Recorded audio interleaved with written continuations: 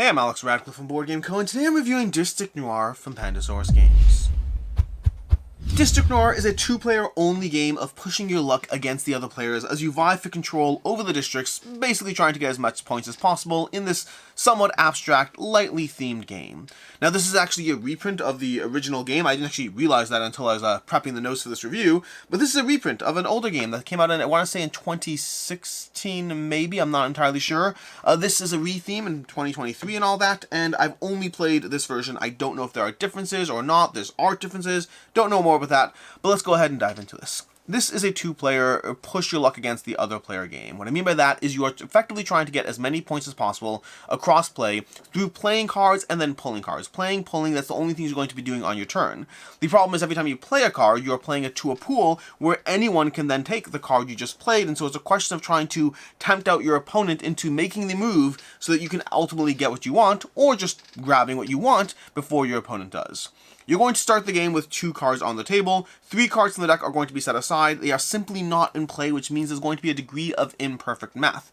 Because other than those 3 cards, everything as far as what's in the game is listed clearly on these player aids, these double-sided player aids. Each player can have one, or you can just put them on the table, telling you exactly what's in play, and except for those 3 cards, and then I know my own hand, but I don't know my opponent's hand. And so you're trying to get a bunch of cards in the game. The logic for the cards are effectively a +3 is simply 3 points. This -2 over here is simply -2 points. Those are simply the points on them, plain and simple. Whatever you get, it is what it is, and that's done.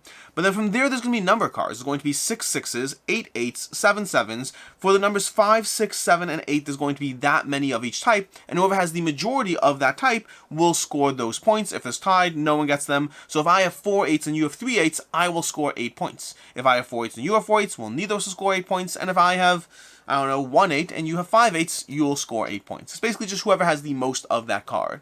The last card type is going to be the districts, the 3 main districts, of which there's these 3 cards here. There's one of each of those, and if you get those 3, it is an instant win. You simply win the game by having all 3 of those, which means they're worth nothing except possibly an instant victory. And the last thing to note is that for every set of cards, if you have a 5, 6, 7, and 8, that's going to be worth 5 points. So if you have 2 sets, it's 10 points, 3 sets, 15, onwards, and so forth. That's the math of the game. The gameplay is you'll have 5 cards in your hand, and you're going to go ahead and play cards and draw cards. Effectively, what you're doing, not draw, grab cards. On my turn, I can either play a card to the grid. Maybe my opponent now wants these, 8, 7, and 7. That could be good. The problem is, right now, you can take up to 5 cards from the grid from right to left. You can take 5 cards. There's only 3, so it's not necessarily the best play. Let's have them play a card. I'm going to play their hand blindly because I don't even know what they have. They played a 7. Ooh, that is tempting. I can see why they did that. You see, my math now is I can either almost certainly lock in 7 points. Not a guarantee, but there's a decent chance I'm getting 7 points just from this hand alone. The downside is if I do that, I'm only getting 4 cards and my hand is up for grabs. But you know what? I'm going to go ahead and do that. I'm going to take those cards, so let's go ahead and grab these. I now have a 7, a 7, a 7, and an 8 in my own personal pool over here. We're going to put those aside. I can no longer take cards the rest of the round. Every single round you have 2 options. You either play, well, not 2 options. You have 1 time during the round you're going to grab cards, up to 5, and the rest of the time you're going to play cards. And so now it's my opponent's turn. They're going to go ahead and play this card over here. They played a 5 into the grid. I'm going to try to sink them. I'm going to give them this 8 because I know they want that 8, but I don't think they're actually going to take it right now because they're going to take, they know they can get all the cards, so they're going to play this. They probably wouldn't have played that, but I'm not looking at their hand, so it is what it is. I'm going to go ahead. Maybe they're trying to get my 3 cards in their last 2, and they're trying to get that out of the way. That could be smart. I'll go ahead and place the 6 in play. They'll place this in play as a +2. That's not bad. I'm going to load it up with my -2 now, locking them in on that, because they're going to want to, you see, right now they're going to take this. So right now they're going to play this over here, and then I'm going to be forced to play this, and now they're going to take these 5 cards over here. Whenever you take cards, you either take up to the full amount of whatever's left, like when I took 4, or you take 5 cards. So these 5 cards is what they're going to take. These are now out of play. These are going to be their cards. We're going to put them in piles here. They got a -2, but they also got a +2, and they have the 8 over here. They have +2, +3, -2. Let's move these over a drop so you can see them, and that's round 1. We're going to continue to round 2 by dealing everyone 5 more cards. We're going to have whatever cards are still in play are still in play. Those are still around. And we're going to go ahead and do this over here. And now we're going to flip the coin. Let's say where are the hats over here. So we're going to flip the coin and see what happens over here. We got that. And they're going first. So they're going to play. Every round you're going to flip that. They're going to play that. They're going to play a card into the row. It's a -1. Okay, they're denying the 8 from me, which is not bad. Because they have an 8. I have an 8. They don't want me to get the 8. I already have the 7. I'm going to take a look at my hand. I have an instant win card. So now I want to think through how I want to handle this. I can tempt them with the instant win, which is not necessarily a guarantee. I can give them the 7. You know what? Let's go ahead and load up the 7 right now. They're not even going to be interested in it, but that's fine. And I can lock in the 7. They'll go ahead and play a card. They're playing... Ooh, they play that. Ooh, that is interesting, because now I can take the whole row. If I play both of these, that's going to be tricky. Ah, this is bad. See, right now I could go ahead and load them up with a very bad hand, which I'm tempted to do. This is what's interesting. I'm gonna go with this here. It might be the wrong choice, but I'm gonna go ahead and go with this. I'm gonna place this down here. Right about now, they have to make a decision. If they take the row, then they're taking these 2 negatives. If they don't take the row, let's see if they have over here. They might be able to, if they have a negative here, they can actually, I'm going to look at their hand to play strategically. They don't. So because they don't have a negative, if they had a negative, they can play it to the row trying to stall me out. But otherwise, if they play a card, then my hand is only 1 -1, which is bad. That's bad for them. They have to take this. It is the right move. They have 2 instant wins locked in. Let's put these over here so you can see them. They have 2, well, you can't really see it. Here we go. They have 2 instant wins locked in, but they have a bunch of negatives, so they're really going for the instant win or bust kind of conversation right now. But right now it's going to be my turn, and I think I'm going to go ahead and start playing cards. So I'm going to play this 6 down here. They have to play a card. We'll play this one over here. Ah, that's not good, not good. Not good for them, that is. I'm going to play this over here. They're going to play this, and then I'll simply take these. They may not have played that, by the way, but it is what it is. We're just playing a little bit. Let's do one more round and see how things go. So we're going to lock this down here. I have to play this. They are going to play that. And now we're going to continue the round by dealing out new cards. So 5 new cards to them. Great. And 5 new cards for me. And this is where I'm going to actually try to look at their hand because, well, this is part of the game. Let's see what we got over here. We're going to go ahead and flip this. And we're going to... I'm going first this time, and what do I have? I do not have that endgame card. Let's go ahead and play some things. Let's try to lock in our remaining points. I'll make this tempting over here, pop that down. Now do they have the district? They don't. See, that would be interesting if they had the district. If they had the last district, there's a plan in play because they would want that.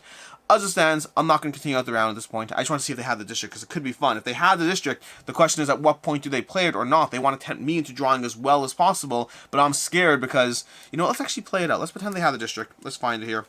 Let's pretend that they have the district in their hand, and now they're trying to figure things out over here. So they have a district. This is all fake, of course. I'm just walking through how the game plays. But if they want to get the district, their only move is to tempt me into drawing cards first. So for their first play, they'll play a +6.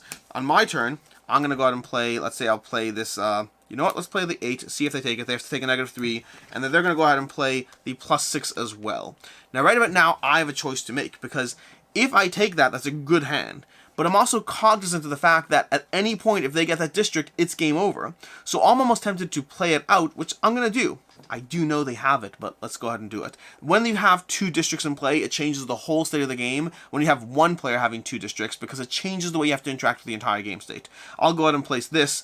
And the fact that they're not taking it right now because they're not going to take it means I know that they probably have the district in play. They're going to go ahead and play this -3 over here. I'll go ahead and place this -2. They'll place the -2 over here. I'll place this one over here. They'll place this. And then I will unfortunately have to take a very, very bad hand, but at least I denied them that district. Now, obviously, this is not a perfect round because at the end of the day, I knew they had the district. I'm playing both hands here. But this should give you an idea of how to play District Noir. What you're doing is you're playing cards. You're playing cards with the goal of every single time you play a card, you're tempting, you're sweetening the pot. You're making it more appealing for the other player, or sometimes not. Maybe making it worse. But whatever you're doing, you are forcing decisions. You are forcing the players to engage with a degree of decisions around how they're going to actually play out their hand, what they're going to try to take. And with that, let's go ahead and dive into our review. Starting off with the ease of play. This is a, 1-page rulebook. I mean, 2 pages over here. This is all you got. That's all. That's the front cover. 3 pages of text. There's not a lot going on here. Very easy to dive in. Plays in anywhere between 5 to 15 minutes. I mean, the box says 15 minutes. Yep, 5 to 15 minutes. You can have quick games here, especially if you get those 3 cards. It moves fairly quickly. You just play a bunch of hands, play some cards, try to grab the cards you need. Very fast-moving game. As far as what I like, don't like, and can see others not liking, I really enjoy the push and pull of District Noir. I find it's a lot of fun to try to think through what to play to try to get your needs. This is a system I've seen in many, many places as far as trying to be mindful of what other players are going to take. Anything from Coloretto to Hanamakoji to Ra to 7 Wonders Duel. There are so many games that have that push and pull of 2 players trying to go back and forth. Coloretto's more than 2, but the same idea at play in the sense that you're trying to sweeten the pot for some players while taking what you want for yourself. yourself and trying to be mindful of, well, maybe I'll make this tempting enough and maybe you'll grab it, but if they don't, maybe that foils your plans and maybe that leans into your plans. Maybe that was your goal all along, to try to seem like it was tempting enough so that you can scoop things up yourself.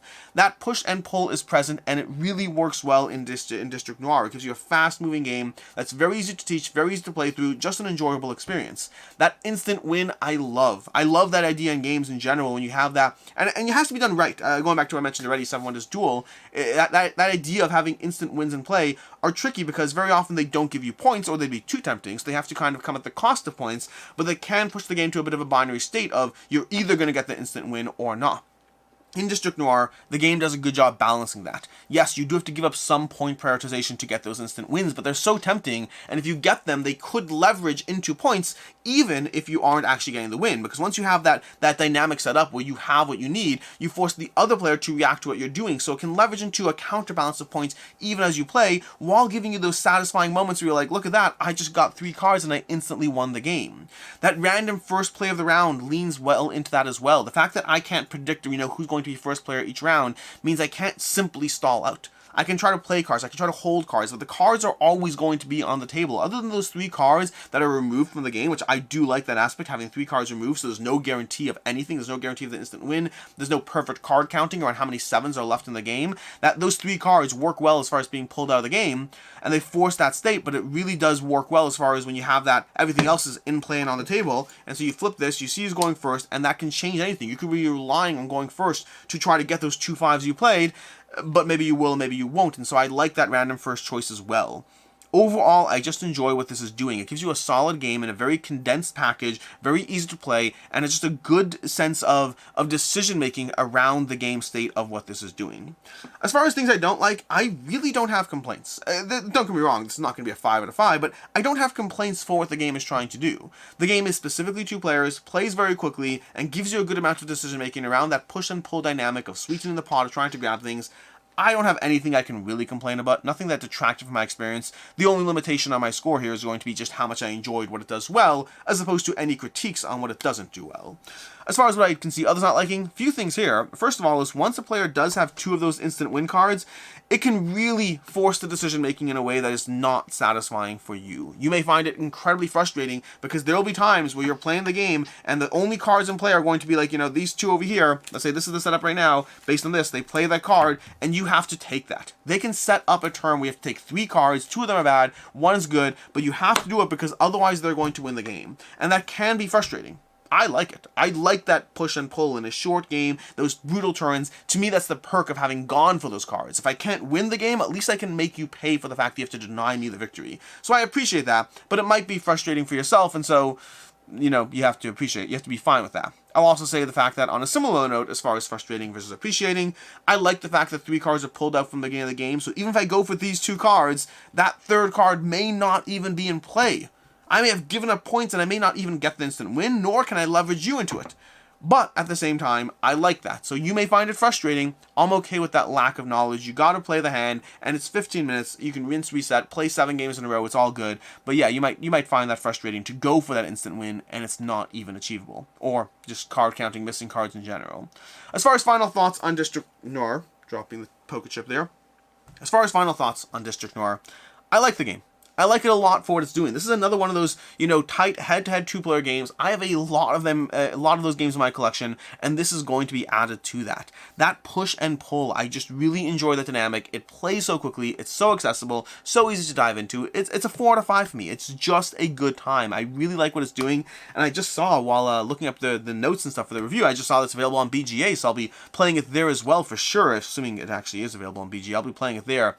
I like the game. It is a good game for what it's trying to do. It fits nicely into the types of games I like and the types of games that I enjoy, which brings us to the recommendations over here. Recommendations, there are a bunch. I've mentioned them throughout the video. There are a bunch of games that give me the same general vibe and feel that this game does. First of all, No Thanks. That playing the other players, trying to make things more appealing and eventually grabbing it yourself. No Thanks has that. Coloretto has that. Ra has that. If you're looking for a multiplayer experience where you try to sweeten the pot with auctions, Ra from Reiner Knizia, great game, does the same thing, but a lot longer. And if you like that instant win concept, Seven Wonders Duel will really lean nicely into the idea of a push and a pull and a back and a forth, but also, I might just win at any win at any point like that.